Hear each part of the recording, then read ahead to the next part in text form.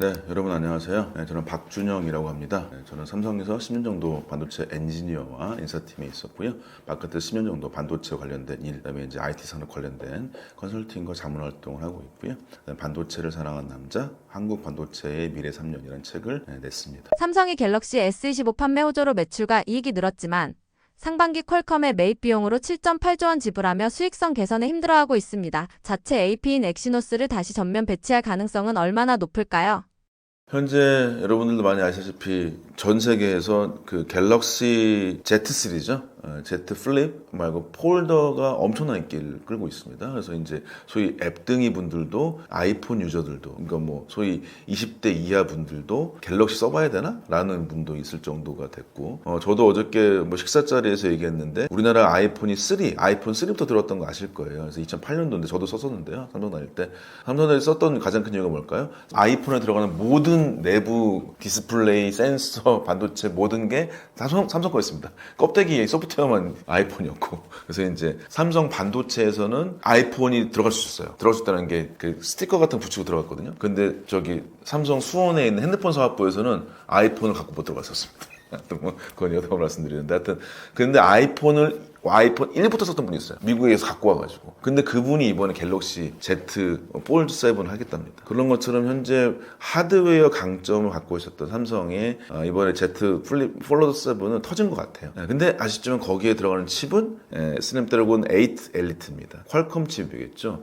그래가지고 이제 매입 비용이 7.8조 원이라고 그래서 작년 대비해가지고도 전분기 대비해가지고도 12%가 늘었다는 게 기사들이 많이 나왔습니다. 결국 그 얘기 무슨 얘기냐? 그동안에 이제 삼성이 대표적으로 많이 아시다시피 GOS 사태죠. 2022년에 소위 게임 옵티마이제이션 뭐 시스템 해가지고요. 소프트웨어 해가지고 실제 AP 칩이라고 하는 구동할 때 게임이 가장 많이 차지하니까 게임을 돌릴 때 실제로 다른 성능들은 줄여버리는 형태. 그걸로서 벤치마킹 같은 것들을 피해 가려다가 걸렸죠. 그래서 퀄컴에 그때 이제 우리가 4나노를 기억됩니다. 4나노, 5나노 기억되는데 그 정도 했을 때 이 상태가 이 실제로 반도체에서는 정말 삼성이 다른 모든 업체들의 그 소위 신뢰성을 모두 낮춰버린 형태. 정말 이거는 안 되는 상황이었었죠. 이제 수직적인 문화의 단점을 보여줄 수 있는 것 같은데 이제 고객들은 너무 똑똑합니다. 제품 좋으면 다 써요. 네, 그래서 지금은 삼성은 그래서 이제 내부 칩들을 할 때 스냅드래곤을 대부분 썼었고,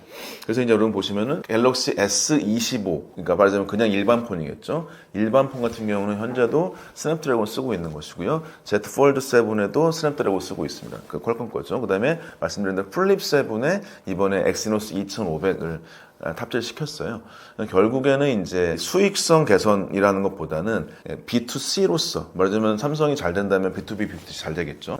개인 고객이 디바이스 산업으로서 DX 부분이겠죠. DX 부분의 실적 상승을 기대했다는 것은 아주 큰 성공을 거두었습니다. 물론 거기에는 삼성 그 퀄컴 AP뿐만 아니라 당연히 아시겠지만 접어진 디스플레이 있죠. 플러스버 디스플레이 자체가 워낙 성능이 좋았고 등등 기술이 아주 뛰어나게 진행된 건 맞습니다.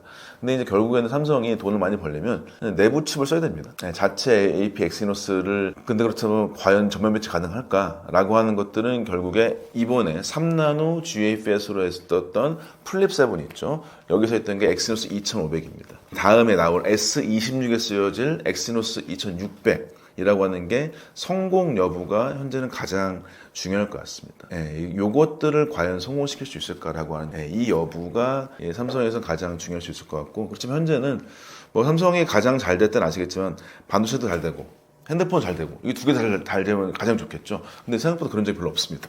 저도 이제 삼성 다닐 때 기억에 핸드폰 잘 팔릴 때 반도체가 좀 힘들었었고요. 뭐 2008년도 치킨 게임도 있었었고요. 잘 될 경우가 특별히 많지 않았는데 지금은 아까 핸드폰이 그나마 실적이 좋고 나머지 반도체가 좀 어려운 형태를 갖고 있습니다. 이런 것들이 두 가지가 잘 되는 상황이 올 수 있다면 결국에 이 AP 수주 같은 것들을 내부 칩에 부가가치 있는 칩을 만드는 게 가장 중요하겠지만 일단은 엑시노스 2600 성공에 사활을 걸어야 될 것 같고요. 그것이 돼야만이 말하자면 이 엑시노스 2600을 설계를 시스템에서 사업부에서 진행을 하고요. 그 다음에가 삼성 파운드리 GA-FET 2나노에서 아무도 할 수 있겠죠.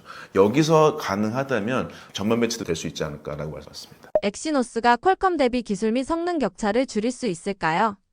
일단은 삼성에서 그 엑시노스를 쓰지 않고 퀄컴 칩을 썼다는 거는 예전부터 있던 일입니다. 특히 여러분께서 기억하시기에는 우리가 FE 시리즈라고 얘기할 수 있어요. 그러니까 좀 가격을 낮추고 단가를 낮췄던 싼 모델이 저도 이제 많이 패드 같은 거 쓰고 있는데요. 예를 들면 갤럭시 FE 모델에서는 계속적으로 엑시노스 쪽을 탑재했었습니다. 그래서 어떤 분들께서 뭐 한국 제품을 썼다 그런 건 아니고요. 그러니까 이게 한국 제품을 쓴 게 아니라 모델마다 틀렸는데 FE 모델에는 이제 엑시노스를 탑재했던 것들은 여러분께서 많이 아실 것 같습니다. 실제로 근데 이게 이 퀄컴이라는 회사를 잡으려고 정말 오랫동안 노력했던 게 엑시노스 시스템의 사업부이기도 합니다. 근데 그게 실제로 성공을 하지 못했던 건 맞고요. 근데 이거는 우리가 실제로 잘할 수 있는 못할 수 있는 것을 중장기적으로 나눌 필요는 있을 것 같긴 해요. 무슨 얘기냐면 퀄컴이라는 회사는 지금 누구랑 경쟁할 수밖에 없느냐, 지금 애플 칩과 경쟁하고 있는 것이거든요. 이 두 칩이 한마디로 얘기해서 아이폰 iOS 진영은 애플 칩이 담당을 하고 실제로 이 안드로이드 진영이죠. 안드로이드 진영 같은 경우는 퀄컴이 담당하고 있는 상태가 맞긴 합니다. 물론 삼성 칩도 포함되어 있지만 그 비율이나 우선순위가 많이 떨어지는 게 사실일 것 같긴 해요. 그 다음에 이제 두 번째가 뭐가 있느냐, 바로 여기서 이 삼성이라고 하는 사는 게 나눠볼게요. 보시면 이제 삼성 폰, 말하자면 DX 부분이 삼성 반도체가 있고요, 설계하는 데가 있고요, 생산하는 곳이 있습니다. 이 세 군데를 보시게 된다면 만약에 삼성이 삼성을 다 써요. 말하자면 삼성 폰을 쓰고 삼성 설계도 엑시노스 쓰고 삼성 파운드리 써요. 이렇게 될 수 있겠죠. 이렇게 세 가지가 있고, 그럼 만약에 이번에 울트라 시리즈는 삼성 폰을 쓰는데 여기에 퀄컴이 들어가는데 퀄컴의 설계도가 삼성 파운드리가 아니라 TSMC 쓰고 있죠. 이게 이제 가장 악재인 거죠. 네. 우리가 이제 1부 때도 말씀드렸다시피 TSMC 영업이익률이 49.8%예요. 지난 작년도에. 그럼 무슨 얘기냐? 삼성 폰이 왜 7.8조 원 돈을 내고 앉았냐? 그 얘기는 삼성 폰이 있는데 삼성 폰에 퀄컴의 설계, 그 다음에 TSMC 생산인 겁니다.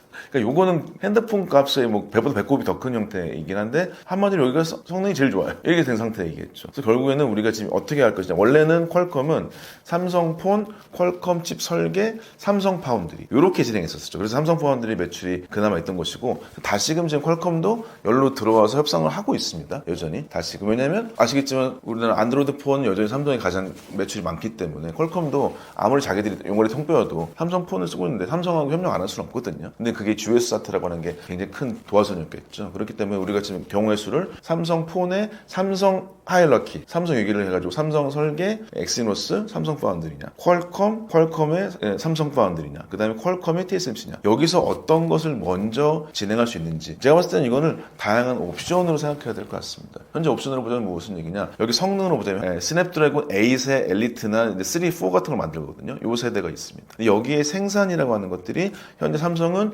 GAF의 3나노, 그 다음에 혹은 2나노, 그 다음에 이제 여기 3나노 2나노 거죠. 여기는 퀄컴의 TSMC는 현재 핀핏의 3나노거든요. 이런 형태가 됐을 때 삼성이 수율 개선만 될 수 있다고 한다면 3나노 GAF이 3나노 핀핏보다 좋을 수도 있거든요.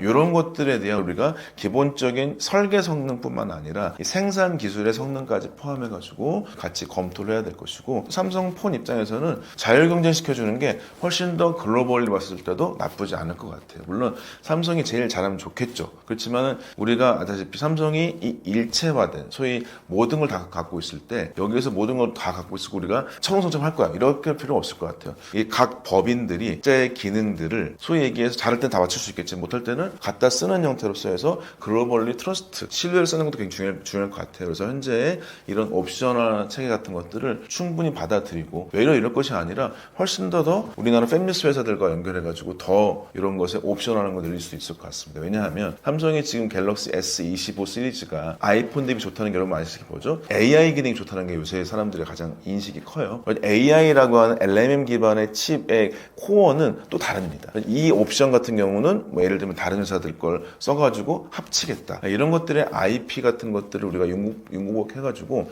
삼성만의 칩을 좀 더 확장해가지고, 삼성이 현재 시스템을 쓰지 못해 같이 하나 쓰고, 이런 것들의 변경을 통해서 이 다양성 확보를 하고 공개했던 레퍼런스도 확보를 해가지고 실제적으로 우리가 또 다른 형태의 매출을 일으키는 게 낫지 않을까 말씀을 드려볼 것 같습니다. 엑시노스는 과거 발열 때문에 글로벌 공급사의 신뢰를 많이 잃었습니다.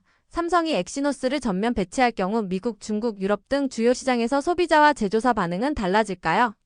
일단 뭐 발열 사태 하고 이제 GOS 사태, 특히 두 가지가 있겠죠. 그래서 예전에 발열 사태 같은 경우는 이제 핸드폰에 이제 배터리 터진 사태가 있었고, 엑시노스 발열 심했던 것 같은 경우는 특히 이제 GOS 사태죠. 2022년에 퀄컴의 4나노 칩 같은 경우가 그렇게 상황이 있었는데 그때 이제 모든 대부분의 실제 빅테크 회사들이나 팹리스 회사들이 고객의 신뢰를 잃었다고 볼 수 있을 것 같아요. 그러니까 여러분 보시다시피 신뢰를 잃는 데는 한순간입니다. 근데 다시금 쌓기는 어려운 것인데요. 특히 그 신뢰가 워낙에 요새는 기술 전문가들이 소위 같은 비즈니스 있지 않아도 IT 전문가들이 많으셔가지고 벤치마킹 돌릴 수밖에 없겠죠. 벤치마킹 돌렸을 때 성능을 봤을 때 여전히 만만치 않은 상태가 되고 있습니다. 그렇다면 이제 이 고객들이 실제로 삼성 폰이나 어떤 폰들의 세부 사양을 보고 이게 어느 회사 칩이라고 하는 것도 확인하고 살 정도가 됐죠. 그렇기 때문에 결국에는 삼성은 근본부터 다시 할 수밖에 없습니다. 말씀드렸다시피 현재 내부적으로 갖고 있는 삼성 칩의 이 시스템 반도체라고 하는 것의 엑시노스를 이 플립 7부터 진행을 했고 여기서 성능 평가나 매출 평가 같은 걸 충분히 받고 개선해서 엑시노스 2600, 맞아요 S26이겠죠. S26 시리즈에는 한번 경합해 볼 수 있도록 하는데 근데 이 경합을 제가 봤을 때 거꾸로 외려 고객들을 그때부터 넣는 것도 좋다고 생각해요. 개발 단계나 이 단계부터 실제로 고객들을 참여시켜 놓고 하는 것도 나쁘지 않습니다. 고객이라고 하는 게 최종 소비자도 있겠지만 기본적으로 전문가들 데려다 놓고 퀄컴 칩과 엑시노스라고 하는 것들이 성능 비교를 해보라는 얘기인 거죠. 네, 그래서 어떤 것들이 개선점인 것들도 얘기를 들어보고 물론 그것들이 이제 쉽진 않을 수밖에 없겠지만 그걸 통해 가지고 실제 경쟁을 해서 신뢰를 쌓아야만이 특히 우리나라뿐만 아니라 미국, 중국, 유럽 같은 경우에 주요 소비 시장에서 소비자들의 변화도 있을 것이고 제조사들의 변화도 충분히 있을 것입니다. 왜냐하면 현재 이 소위 선단 노드를 생산할 수 있거나 선단 노드를 설계할 수 있는 회사가 정말 많지는 않습니다. 말하자면 이 디바이스라고 하는 것, 특히 AI 시대의 디바이스가 어떤 게 될지 여전히 알 수가 없는 상태인 것이고요. 여기에서 우리나라가 갖고 있는 가장 큰 게 LG나 삼성처럼 제조 기술을 갖고 있는 전문 B2C 업체가 있다는 건 엄청난 큰 도움이 되겠죠. 그다음에 이제 우리가 손 안에 들어간 디바이스 이거라고 하는 걸 포함해서 이 인프라용 AI라고 하는 것들이 이제 최적화되게 된다면 말하자면 엔비디아 중심으로 하는 것이겠죠. 이게 엣지 디바이스, 소위 손 안에 아니 내 몸 안에 들어가는 형태의 이 새로운 디바이스, 이 엣지가 어떻게 될지는 알 수가 없습니다. 결국에 이 시기 2027년 정도까지 해서 이 디바이스가 어디 들어갈지 모르겠으나 여기에 있는 설계도를 정말로 잘 만들어 보겠다라고 하는 것들을 삼성폰부터 진행을 해줘야 고객들이 계속적으로 올 수밖에 없을 것 같고요. 그 설계도를 기반으로 해서 이 디바이스를 노하우를 쌓아가지고 계속적으로 매출을 확보하는 게 낫겠다. 결론적으로 봤을 때는 엑시노스 2600의 성공이 가장 큰 어떤 허들이 되지 않을까 말씀드릴 수 있을 것 같습니다. 삼성이 퀄컴 의존도를 줄인다면 삼성의 부품 조달 비용과 스마트폰 수익성은 얼마나 개선될 수 있을까요?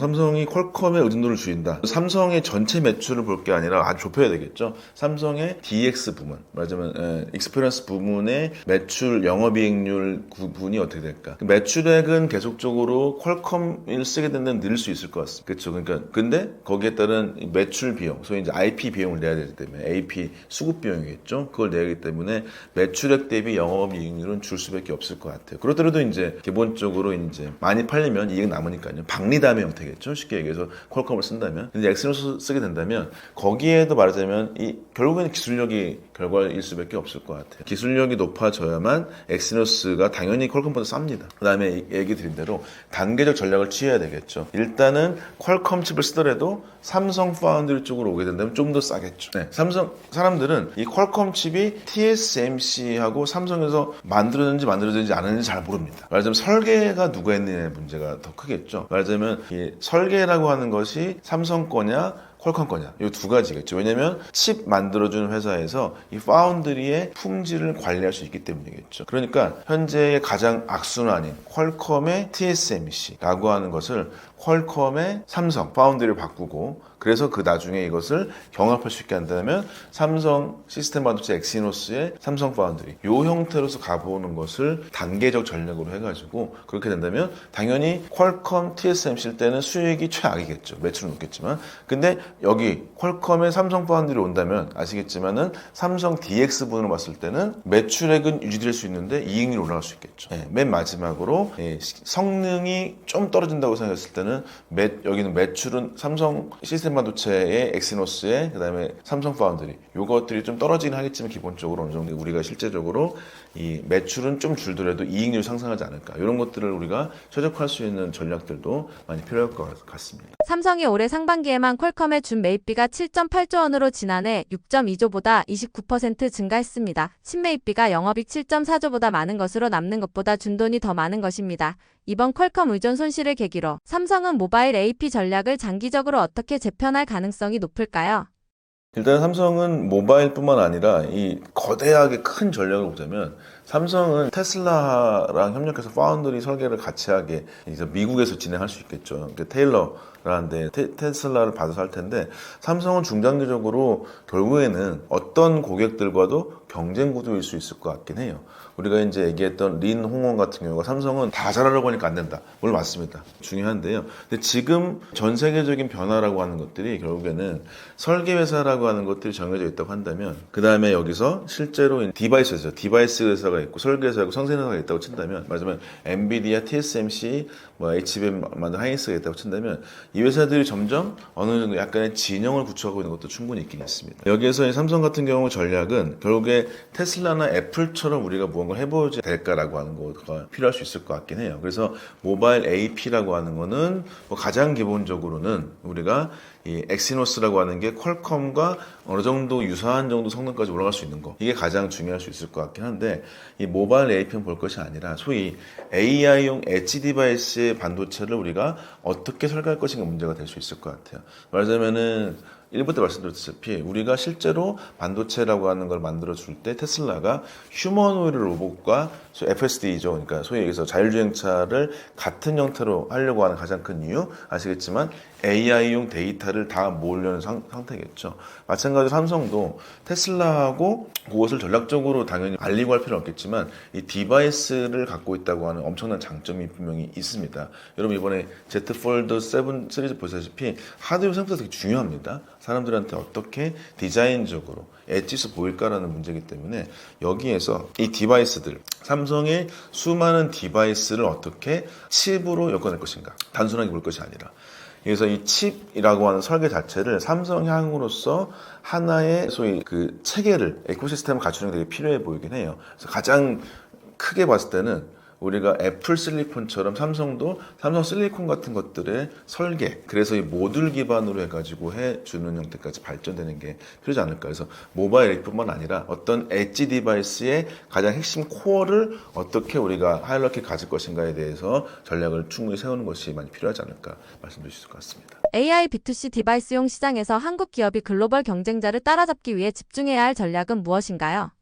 네, 실제로 이제 AI B2C가 이제 점점 이제 드러나고 있습니다. 여러분께서 보셨을 때 예전에 메타에서 안경 나온 거 기억나실 것 같아요. 그래서 이제 뭐 삼성에도 이제 안경 나오니 많이 하고 있기도 하고, 삼성이 작년에 좀 망했지만 갤럭시 링이라고 해서 이렇게 반지도 있었었고요. 등등이 있었고, 여러저런 형태 소위 엣지 디바이스 같은 경우가 계속적으로 우리가 이제 이슈가 되고 있을 것 같고, AI 인프라, 소위 자원으로서의 인프라 같은 경우는 어느 정도 2027년 정도 전후로 될 것 같다라는 얘기가 있을 것 같습니다. 이 결국에 이제 우리나라가 한국 기업이 AI 시장에서 탑3라고 하는 것을 위치를 점연을 치면은 저는 이렇게 생각합니다. 우리나라가 잘하는 건 여전히 무엇이냐? 메모리 반도체, 그다음에 반도체 생산을 잘하고 있다라고 하는 건 여전히 되게 중요한 장점인 것 같아요. 이것을 최대한 키우자. 두 번째로는 우리나라는 제조업을 잘하고 있다라고 하는 게 두 가지가 있는 것 같아요. 뭐 대부분 생산에 가까운 체계로 볼 수 있을 것 같은데 결국에는 지금 우리나라가 잘하고 있는 이 두 가지를 어떻게 활용할 것인가의 여부가 될 수 있을 것 같습니다. 그래서 나눠보자면은 반도체 산업으로 IT 산업으로 보자면은 AI 시장에서 AI 반도체 쪽에 집중하는 건 중요할 수 있겠다 말씀드릴 수 있을 것 같아요. 결국에 이거는 현재 미국과 중국 그다음에 우리나라가 가지려고 하는 거가 있겠죠. 근데 미국과 중국은 항상 패권국가이기 때문에 위험하다고 생각 많이 하죠. 결국에는 이제 AI 반도체 AI 시장에 계속 글로벌 넘버원 하고 있는 거는 여전히 미국입니다. 미국인 건 인정해야 될 것 같고요. 반도체 설계 쪽도 엔비디아 미국 회사로 갈 수 있겠죠. 네, 잘하고 있습니다. 네, 이런 형태. 그 다음에 이제 중국 같은 경우에 딥시크 모델을 중심으로 해서 어마어마한 형태의 투자를 하고 있습니다. 그렇다면 우리나라 같은 경우는 일단 여기에서 반도체, 특히 메모리 중심, 그 다음에 메모리 포함되어진 최적화된 반도체 중심으로서 AI 반도체 설계와 생산 쪽에 대해서 집중할 필요는 있을 것 같긴 합니다. 그게 설계 생산을 얼마큼 포션을 가져갈 수 있을지 정확히 우리가 따져봐야 될 것 같아요. 실제로 무슨 얘기냐면은 우리가 엔비디아처럼 되기는 쉽진 않을 수 있을 것 같다. 그렇지만 우리가 어떤 빅테크 회사의 수주를 받는 형태 혹은 빅테크 회사의 설계와 생산을 다 책임지는 형태, 예를 들면 현재 테슬라 모델이겠죠. 이런 것들처럼 AI 반도체 시장에 석권하는 것들은 우리가 굉장히 중요할 수 있겠다라고 말씀드릴 수 있겠고, 두 번째로는 실제 이것을 통해서 디바이스입니다. 디바이스라고 하는 게 우리가 바로 제조업이 있다는 게 가장 큰 장점이죠. 이 디바이스가 여전히 어떤 걸로 될지 결정이 안 됐습니다. 이게 이 디바이스라고 하는 거는 우리 몸, 인간의 몸일 수 있겠지만 인간의 몸 자체를 대체하는 거에 소위 휴머노id 로봇 같은 게 될 수도 있겠죠. 이게 얼만큼 확장될지 여전히 알 수가 없을 정도로 거대한 이 시장일 수 있을 것 같아요. 그래서 실제 우리나라가 현재 소비자 가전, 자동차, 크게 보자면 조선까지 이 제조업 분야에 있어서의 특장점을 가지고 있기도 하고, 이런 것을 어떻게 우리가 제조업 자동화와 아울러서 인간에게 쓰여진 엣지 디바이스라고 하는 것이 어떻게 제조업 내부에서 만들어질 수 있을까, 이런 것들을 우리가 고민할 필요 있을 것 같아요. 그래서 현재 삼성 같은 경우도 많이 아시다시피 팔란티어라는 회사하고 현재 컨설팅을 하고 있어요. 근데 팔란티어 회사의 핵심 장점은 무엇이냐면 이런 겁니다. 실제로 우리가 어떤 시스템 같은 것들을 만들어줄 때 현재 가장 어려운 게 뭐냐면, 시스템이랑 시스템, 말하자면 IT 페이지마다 한마디로 여기서 기준 정보라고 하는 게 다르거든요. 무슨 얘기냐면은 우리가 여기서 대한민국 국가명 했는데 대한민국이라고 하는 데가 있고요. 어떤 데는 남한이라고도 하고 어떤 데는 리퍼블릭 오브 코리아라고도 합니다. 이게 정보가 다르죠. 그러면은 모든 시스템들을 통합해서 이걸 자동화하려고 하게 되면요, 원래 대부분 시스템들은 어떻게 하죠? 여기 있는 남한이라고 하는 국가명이라고 하는 것들을 기준 정보를 다 맞춰야 돼요. 그래서 그걸 우리가 기준 정보 잡는다고 얘기합니다. 근데 그것들이 팔란티어는 어떻게 하냐, 그 기준 정보를 잡아서 시스템을 재구축하는 게 아니라 거기에서 확률 게임으로 정보마다의 태그를 달아놓습니다. 그 태그가 대충 맞으면 맞다라는 것이 굉장히 큰 장점이 돼서, 그게 실제로 팔란티어의 가장 큰 장점, 말하자면 제조업 기반의 어떤 것을 혹은 LLM 기반으로 바꾸려고 했었을 때, AI 전환, 트랜스퍼를 했었을 때 팔란티어가 그런 해시태그를 달았다고 하는 게 가장 큰 장점의 핵심 경쟁력이거든요. 물론 그것이 실제 미국의 펜타곤에 쓰였기 때문에, 미국의 국방성에 쓰였기 때문에, 이 두 가지 때문에 이제 엄청나게 이제 실제로 이제 매출 같은 것들이 늘어난 것이 이제 될 수 있을 텐데요. 성공 여부도 확인해 봐야겠습니다. 어쨌든 무엇이냐, 이 제조업이라고 하는 걸 갖고 있는 현재의 상황에서 이것의 생산 자체에 우리가 어떻게 LLM 기반을 쓸 것인가에 대한 여부하고, 엣지 디바이스에서 어떻게 이것을 우리가 기존의 제조업 경쟁력을 가지고 전 세계를 확장해 갈 것인가, 이 얘기를 우리가 꼭 해야 될 것 같고요. 이것은 무슨 얘기냐면 결국에 소버린 AI라고 해가지고 굉장히 얘기 많이 나오고 있잖아요. 결국에는 우리나라의 AI 디바이스라고 하는 것들을 규정 짓고 거기에 칩들을 개발을 우리나라 나름대로 하는 게 굉장히 필요해 보이긴 합니다. 그것이 돼야만이 현재 엣지 디바이스라고 하는 것까지 우리가 포함해서 발전되지 않을까 좀 말씀드릴 수 있을 것 같아요. 결론적으로 일단은 AI 반도체 시장에서의 1, 2, 3 했었을 때 메모리를 중심으로 하는, 그 다음에 메모리 플러스 알파가 될 수 있는 것에 반도체 경쟁력을 높인다라고 하는 게 첫 번째 될 수 있을 것이고요. 두 번째로는 실제로 이 제조업 내부에서의 제조업 디바이스를 잘 알고 있는 것, 이걸 최대한으로 확보할 필요 있겠다. 세 번째로는 이 국가 단위의 소버린 반도체, 소버린 AI가 나오고 있는데 여기에 내부의 이 기술력들을 높일 필요 있겠다. 이 세 가지가 현재 우리가 이제 AI 시대, 그 다음에 이제 B2B를 지나서 B2C 디바이스에 활용될 수 있는 세 가지 전략이 아닐까 말씀드릴 수 있을 것 같습니다. 설계 중심 경쟁력을 강화하기 위해 필요한 인력 투자 협력 전략은 무엇일까요? 일단은 설계 중심 경쟁력이라고 하는 것은 결국에는 이 AI라고 하는 게 디바이스가 어떻게 다를지 모르겠다 라고 하는 것이고, 이것은 실제로 우리가 고민했을 때는 첫 번째로는 인력들이 얼만큼 중요한가, 이게 필요할 수 있을 것 같아요. 그래서 이제 여러분 아시다시피 반도체 인력 중에서 우리나라가 국가 단위로 봤을 때는 소위 생산 능력은 전 세계에서 탑 3 안에 당연히 들겠죠. 근데 설계 능력 같은 경우는 뭐 탑 10이나 탑 5 될까 말까. 특히 뭐 삼성의 시스템 RSI 합부를 제외하고는 특별히 잘하는 회사가 거의 없다고 볼 수 있을 것 같긴 합니다. 그렇다면 설계 능력은 결국에 어떻게 되냐? 첫 번째 인력, 당연스럽게 사람을 많이 뽑아야 되겠죠. 그 다음에 설계는 주로 핵심 인력이라고 할 수 있는 소위 두뇌급 인력들이 많이 필요할 수밖에 없을 것 같아요. 그래서 지금 여러분 보시다시피 반도체 계약학과라고 하는 게 만들어졌죠. 그래서 각 대학교에서 물론 의대 정원 때문에 의대를 붙는 애들이 반도체 학과 같은 경우는 이제 다들 반도체 계약학과를 포기하고 의대를 가긴 했지만, 어쨌든 간에 거기서 우수한 인력들이 이제 제가 알기로는 올해부터 이제 선발이 됩니다. 지금 이제 4학년이 이 친구들이요. 말하자면 이제 내년부터 이 친구들이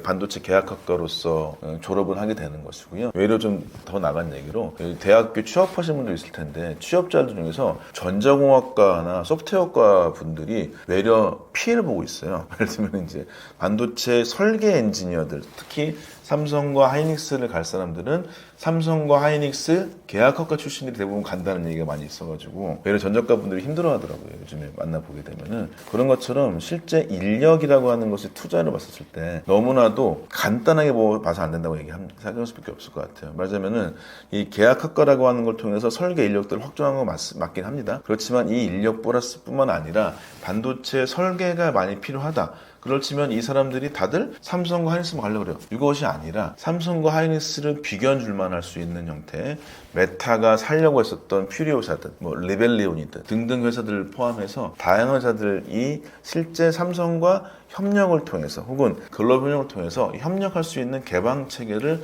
높이는 것들이 아주 중요해 보여요. 그래서 협력이라고 하는 것들이 여전히 설계 쪽은 글로벌 수준의 협력을 하겠다. 그 다음에 아무리 뛰어난 사람이라도 나가면 나가라. 나갔다 들어오면 되지. 혹은 나가서 계속 일하면 되지. 뭐 이런 형태가 될 수 있겠죠. 그 다음에 투자는 결국에 대기업들을 투자할 필요는 별로 없습니다. 예를 들면 아시다시피 여러분 그 칩에 가장 유명하다라고 하는 짐 켈러 있지 않습니까? 짐 켈러가 만든 캐나다 AI 스타트업에 누가 투자하고 있어요? 삼성과 현대가 투자하고 있거든요. 말하자면 거꾸로 대기업들을 투자 줄 게 아니라 대기업들이 국내 패밀리시 회사들이랑 협력을 통해서 그렇게 투자를 통해서 같이 설계 방식을 높여놔야겠다. 무슨 얘기냐면 우리가 전력 반도체가 따로 있듯이 반도체 설계사들은 여러저러가 막 다 있어요. 말하자면은 선박용 반도체 회사가 따로 나올 수도 있고요. 어떤용 반도체가 나올 수 있거든요. 차량용 반도체가 나올 수도 있습니다. 무슨 얘기냐? 그 각 디바이스의 맞춤형의 설계사들이 많아질 필요가 있다고 볼 수 있을 것 같아요. 여전히 삼성전자 시스템 NS 사업부가 따로 매출 안 잡히니까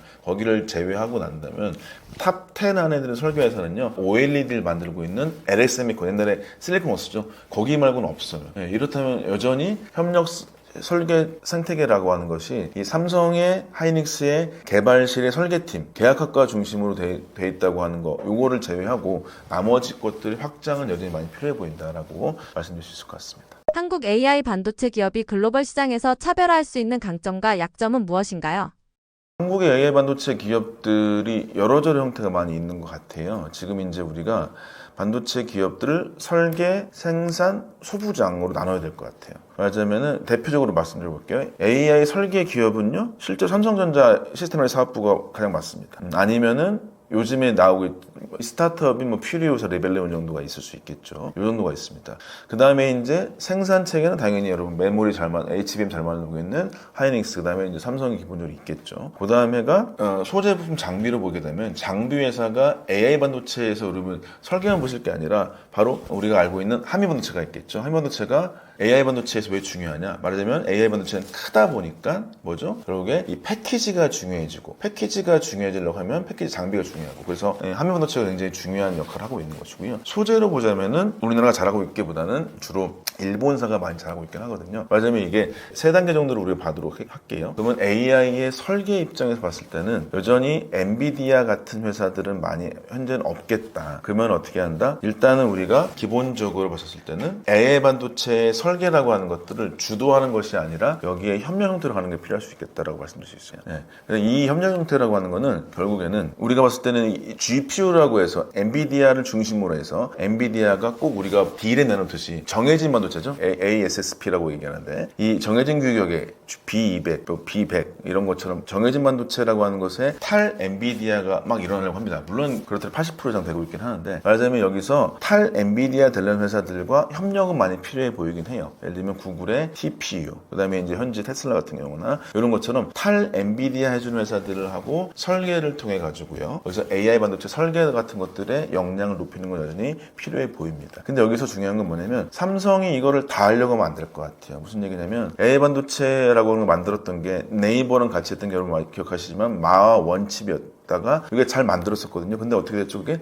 부러졌어요. 왜냐면 그때 삼성이 실제적으로 이걸 좀 더 장악하려고 했습니다. 이 장악하는 것들이 필요한 게 아니라 이 AI 반도체 같은 경우는 현재 엔비디아 중심에서 엔비디아 센츄릭에서 좀 더 벗어나려는 회사들이 많이 생기고 있거든요. 여기랑 협력을 통해 가지고 만들 필요 있겠다라고 얘기할 수 있을 것 같긴 합니다. 왜 거기서 왜 그러냐? 바로 거기서 속도에 굉장히 커지는 메모리 반도체라고 하는 영향이 굉장히 중요하다. 볼 수 있겠죠. 그래서 뭐 여러분 많이 아시는 뭐 HBM의 아버지로 불려지긴 하는데 뭐 그 패스트 김종우 같은 경우가 메모리 센츄릭 뭐 반도체라고 얘기 많이 하기도 해요. 틀린 얘기는 아닙니다. 근데 그게 아주 실효성 높진 않아요. 무슨 얘기냐면 시스템 반도체 회사들이 여전히 해결을 갖고 있거든요. 여기에서 실제로 최적화할 수 있는 AI 반도체라고 하는 게 계속적으로 나오고 있어요. 무슨 얘기냐면 엔비디아라는 회사가 좋긴 한데 지난주에도 구글에서 보고서가 나왔죠. 엔비디아 GPU를 쓰게 되면은 우리가 쓰고 있는 TPU보다 전력 소모가 5배 더 된다. 뭐 이런 얘기 나왔어요. 전력과 물 소모 같은 것들이.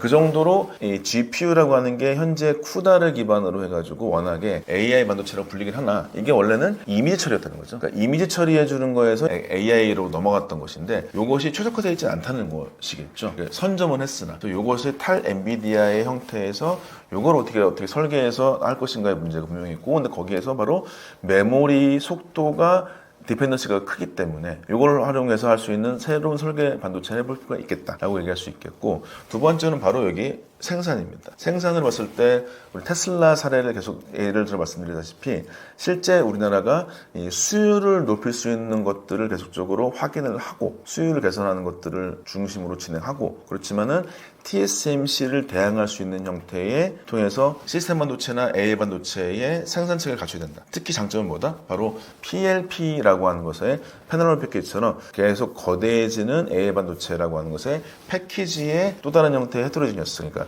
복합화된 패키지 공정의 장점이 분명히 있다. 그 다음에 메모리 중심으로 설계를 최적화할 수 있겠다. 이것들이 이제 굉장히 큰 장점이 될 수 있겠고 소부장 봤을 때는 바로 이 장비사 한미반도체 같은 경우는 물론 한미반도체를 대항하기 위해서 하나 세미텍, 뭐 LG도 이번에 테스트 장비 만들고 있게 하는데요. 이런 것들의 장점이 분명히 있겠다. 여기는 뭐냐면 바로 기기장치를 잘했던 회사들은 여전히 우리나라가 있기 때문에 이 회사들이 반도체 향의 장비들로 인해서 반도체 패키지 기술 같은 거나 이런 것들을 한 단계 업그레이드 할 수 있다면 이것도 글로벌 수준이 될 수 있을 것 같아요. 그렇게. 그 다음에 소재 같은 경우는 현재는 좀 뒤쳐져 있긴 하지만 앞설 필요 있겠다. 그래서 이 네 가지 분야로서 장단점을 말씀드렸다고 볼 수 있을 것 같습니다. 엔비디아, 퀄컴 같은 선두 기업과 경쟁할 때 한국 기업이 전략적으로 포기하거나 선택해야 할 영역은 어디인가요?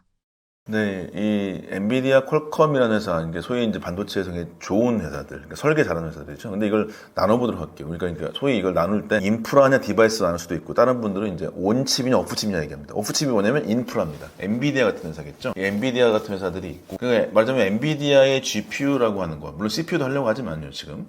엔비디아하고 퀄컴은 전혀 다른 업계라고 볼 수 있을 것 같아요. 물론 퀄컴 칩도 여러저러 뭐 CPU 들어가려고 하긴 하지만, 퀄컴 칩은 결국에 모바일 디바이스, 말하는 로우 파워죠. 저전력에 가깝고 엔비디아는 고전력 고용량인데 인프라에 가깝습니다. 이 두 칩은 형태가 굉장히 달라요. 근데 그러면 말하자면 엔비디아 같은 칩은 우리가 좀 거리가 좀 많이 있죠. 근데 그거는 말씀드렸다시피 다른 현재의 엔비디아 탈 엔비디아 하려고 하는 많은 회사들, 이 회사들하고 같이 협력이 필요할 수 있겠다라고 말씀드릴 수 있겠고요. 여기서 중요한 거는 우리가 이제 말하자면 엔비디아 그 다음에 같이 경쟁하거나 같이 얘기하는 뭐 AMD, 브로드컴 그 다음에 나머지 빅테크 회사 모든 회사들이 엔비디아 칩을 계속 안 하려고 합니다. 이 회사들이랑 우리가 어떻게 협력이 될 것인가에 대한 모델링을 충분히 할 필요가 있다고 보실 수 있을 것 같고요.